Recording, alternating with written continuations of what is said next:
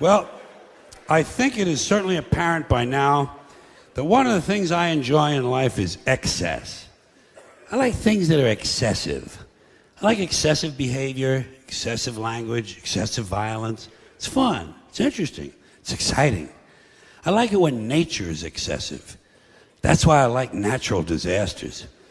All these natural disasters have been going on, I fucking love them. I can't get enough of them. Oh, when nature's going crazy, throwing things around, scaring people and destroying property, I'm a happy fucking guy. I'm a happy fucking guy. I look at it this way. For centuries now, man has done everything he can to destroy, defile, and interfere with nature. Clear-cutting forests, strip mining mountains, poisoning the atmosphere, overfishing the oceans, polluting the rivers and lakes, destroying wetlands and aquifers. So when nature strikes back and smacks man in the head and kicks him in the nuts, I enjoy that.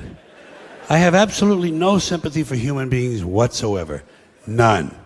And no matter what kind of problem humans are facing, whether it's natural or man-made, I always hope it gets worse. Don't you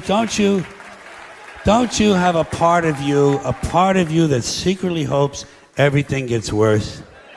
When you see a big fire on TV, don't you hope it spreads?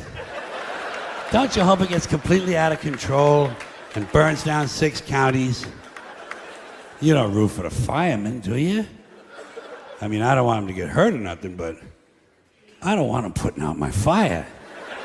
That's my fire. That's nature showing off and having fun. I like fires. You know something else I like? Those spring floods in the Midwest. Aren't they great? Like clockwork. Spring floods in the Midwest. But I'm starting to catch on that every year it's the same story.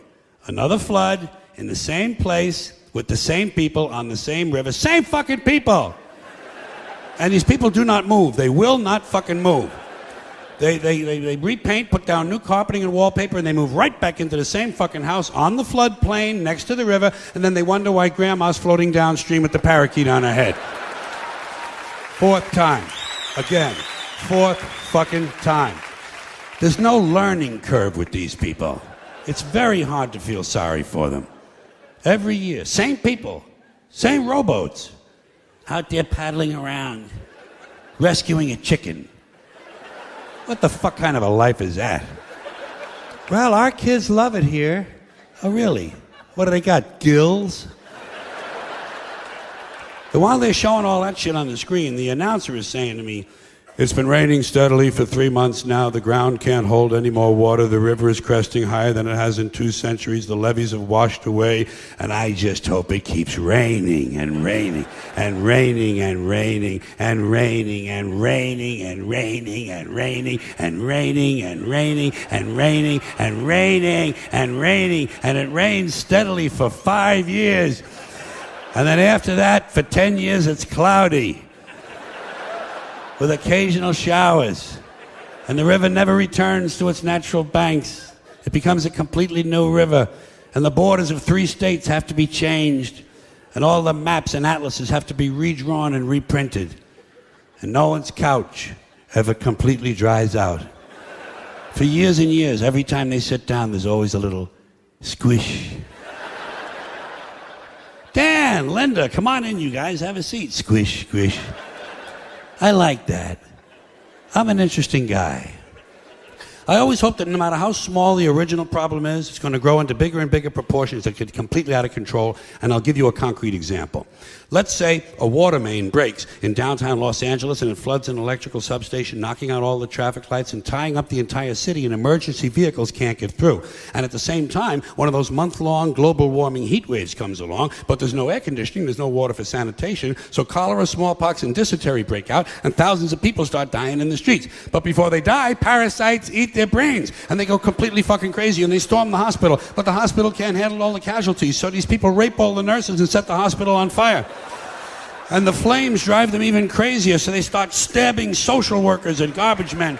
And a big wind comes along and the entire city goes up in flames, and the people who are still healthy, they get mad at the sick people, and they start crucifying them, nailing them to crosses, trying on their underwear, shit like that. Then everybody smokes crack and PCP, and they march on City Hall where they burn the mayor at the stake, strangle his wife, and take turns sodomizing the statue of Larry Flint. And at this point, it looks like pretty soon things are going to start to get out of control. So everybody panics and tries to leave the city at the same time. And they trample each other to death in the streets by the thousands, and wild dogs eat their corpses. And the wild dogs chase the rest of the people down the highway, and one by one the dogs pick off the old fucks and the slow people because they're in the fast lane where they don't belong. Get the fuck out of the fast lane if you're an old fuck, if you're a slow fuck. Get over on the right. Get over on the right. And the lucky ones, the lucky people who manage to make it all the way outside of town, they discover when they get there that big sparks from the city have lit the suburbs on fire, and the suburbs burn uncontrollably, and thousands of identical homes have identical fires with identical smoke, killing all the identical soccer moms and their identical kids named Jason and Jennifer. And now the fire spreads to the farmlands, and the farmlands burn intensely at 425 degrees, creating millions of baked potatoes. And as the farmlands burn, thousands of barns and farmhouses begin to explode from all the hidden methamphetamine labs. And the meth chemicals run downhill into the rivers and streams where wild animals drink the water and get completely geeked on speed. So bears and wolves, amped up on crank, start roaming the countryside looking for people to eat, even though they're not really hungry. And the fire spreads to the forest, and the forests burn furiously, and hundreds of elves and trolls and fairies come running out of the woods screaming, "Bambi is dead! Bambi is dead!" And he is. Finally, that fucking little cunt, Bambi, is dead. Dead. Now hundreds of regional fires come together into one huge interstate inferno, and all 12 of the western United States are burning out of control, except Utah, where the Mormons don't allow fires. And the fire spreads across the Great Plains, toasting the wheat, cooking the cattle, and producing hamburgers, actually. Then it leaps the Mississippi and races through the South, blowing up stills, interrupting lynchings, and killing millions of inbred people. And then it turns northeast and it heads for Washington, D.C., where George Bush can't decide if it's an emergency or not. He can't decide this. He doesn't know. It's hard. Oh, it's hard work. You know? No. Yeah. He can't decide because Dick Cheney is in prison. So instead, he takes a nap. He puts his empty, fucking brainless head down on the little pillow his mother gave him at Christmas time, and he takes a fucking nap. So the fire moves to Philadelphia, but it's a weekend, and Philadelphia's closed on the weekend. So the fire moves to New York City, and the people in New York tell the fire to go fuck itself. Go fuck yourself. Yeah. And it does. Yeah. And it does. So instead, it burns down Long Island and Connecticut, killing all the rich white assholes and completely destroying their evil faggoty golf courses. And while all this is going on, Canada burns to the ground, but nobody notices. And now the entire North American continent is on fire, producing a huge thermal updraft and creating an incendiary cyclonic macro system that forms a hemispheric megastorm, breaking down the molecular structure of the atmosphere and actually changing the laws of nature. Fire and water combine. Burning clouds of flaming rain fall upward. Gamma rays and solar winds ignite the ionosphere, creating huge clouds of ionized plasma. Bolts of lightning 20 million miles long begin shooting out of the North Pole, and the sky fills up with green shit. And then suddenly, the entire fabric of space-time splits in two. A huge crack in the universe opens, and all the dead people from the past begin falling through. Babe Ruth, Groucho Marx, Davy Crockett, Tiny Tim, Porky Pig, Hitler, Janis Joplin, Alan Ludden, my Uncle Dave, your Uncle Dave. Everybody's Uncle Dave. An endless stream of dead Uncle Daves falling through the crack.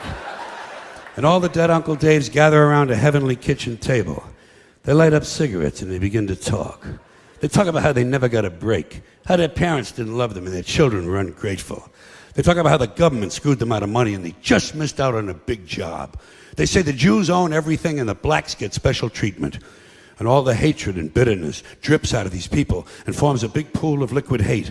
And the pool of liquid hate begins to spin. Round and round it spins, faster and faster. And the faster it spins, the bigger it gets. Faster and faster, bigger and bigger, until the whirling pool of hate is bigger than the entire universe. And then suddenly it explodes into trillions of tiny stars. And every star has a trillion planets.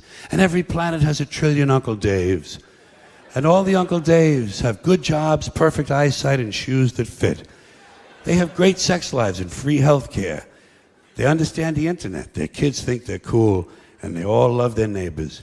And every week, without fail, Uncle Dave wins the lottery. Forever and ever, till the end of time, every single Uncle Dave has a winning ticket. And Uncle Dave is finally happy. Now do you see why I like it when nature gets even with humans? Thanks for coming in here tonight.